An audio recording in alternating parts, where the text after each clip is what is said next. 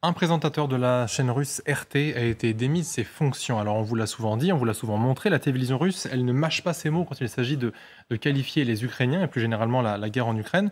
Mais cette fois, ce sont des propos qui sont clairement allés trop loin, des propos qui appellent clairement à noyer ou brûler des enfants ukrainiens. Écoutez. Je suis allé en Ukraine pour la première fois en 1980. J'étais un enfant. Et les enfants ukrainiens me disaient que l'Ukraine était occupée par les Ruskov et que sans les Ruskov, ils auraient vécu comme en France. Il aurait fallu les noyer dans la rivière. Comme ça, là où nagent les petits canards. Oui, noyer ces enfants, les noyer dans la rivière. Tous ceux qui disent qu'ils ont été occupés par les Ruskov, on les jette à la rivière avec un fort courant. Dans les Carpates ukrainiennes, dans ces montagnes, tout est dégoûtant. Il y a des cabanes traditionnelles, il faut juste pousser des gens dans les cabanes et les brûler. Catherine Gentil, je ne vais pas vous demander de réagir à ces propos, on a tous bien compris leur teneur. En revanche, ce qui est plus étonnant, c'est que cet homme a été écarté par la chaîne. On a l'impression quand même qu'on passe un petit peu à autre chose. Avant, on pouvait dire à peu près tout et n'importe quoi à la télé russe. Mais j'ai envie de dire, il était temps. Hein. Quand on appelle au meurtre, quand on dit de tuer des enfants, enfin c'est juste répréhensible, ne serait-ce qu'au regard du droit, quoi. Donc la question ne se pose même pas. Évidemment qu'il faut prendre des mesures qui permettent que ce genre de personnage n'exprime pas des idées pareilles. Mais c'est intéressant parce qu'effectivement, c'est ce qu'on disait en regardant ces images avec Ruth, c'est qu'avant, on avait l'impression effectivement qu'il n'y avait jamais de sanctions. Et là, ça commence. Donc, ça veut dire aussi que d'un point de vue des médias, le Kremlin a aussi besoin de reprendre les choses en main. Donc, on voit qu'à tous les niveaux, effectivement, il y a des choses qui sont en train de bouger en ce moment. On ne sait pas encore, justement, à quoi ça va mener. On sent que les Russes sont en train de faire monter la pression et de reverrouiller le dispositif du Kremlin.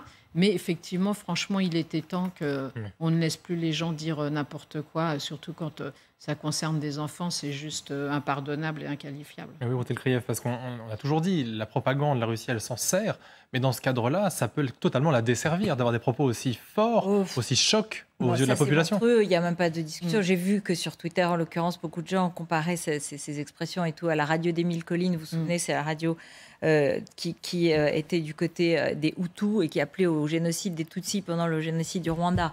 Donc bon, voilà, on voit à peu près où on en est. Donc on en est dans une situation quand même extrêmement terrifiante.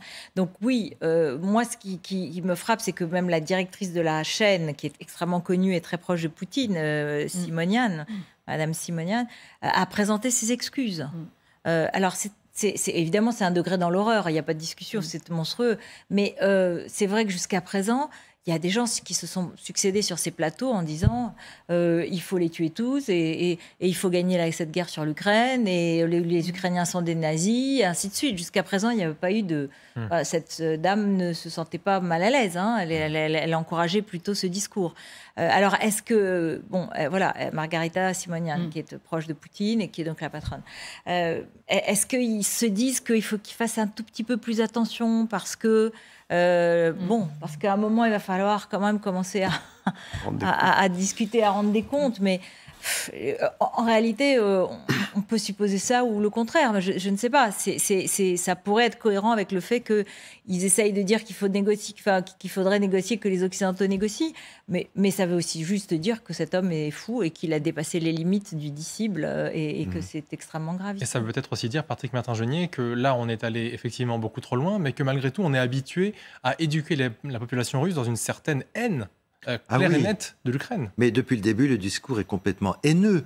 Parce que je veux dire par là que si cet individu est allé manifestement trop loin, parce qu'en fait, il voudrait légitimer carrément ce qu'on appelle un génocide, et les Russes ne veulent pas nécessairement être accusés de génocide, parce qu'ils pourront rendre compte devant les juridictions pénales internationales qui pourraient être constituées. Donc, mais comme vous le disiez tout à fait, depuis le début, ils ont un discours haineux, et ils légitiment en quelque sorte. Certains ont dit qu'il fallait éradiquer l'Ukraine de la surface de la Terre, donc c'est un degré supplémentaire dans la haine.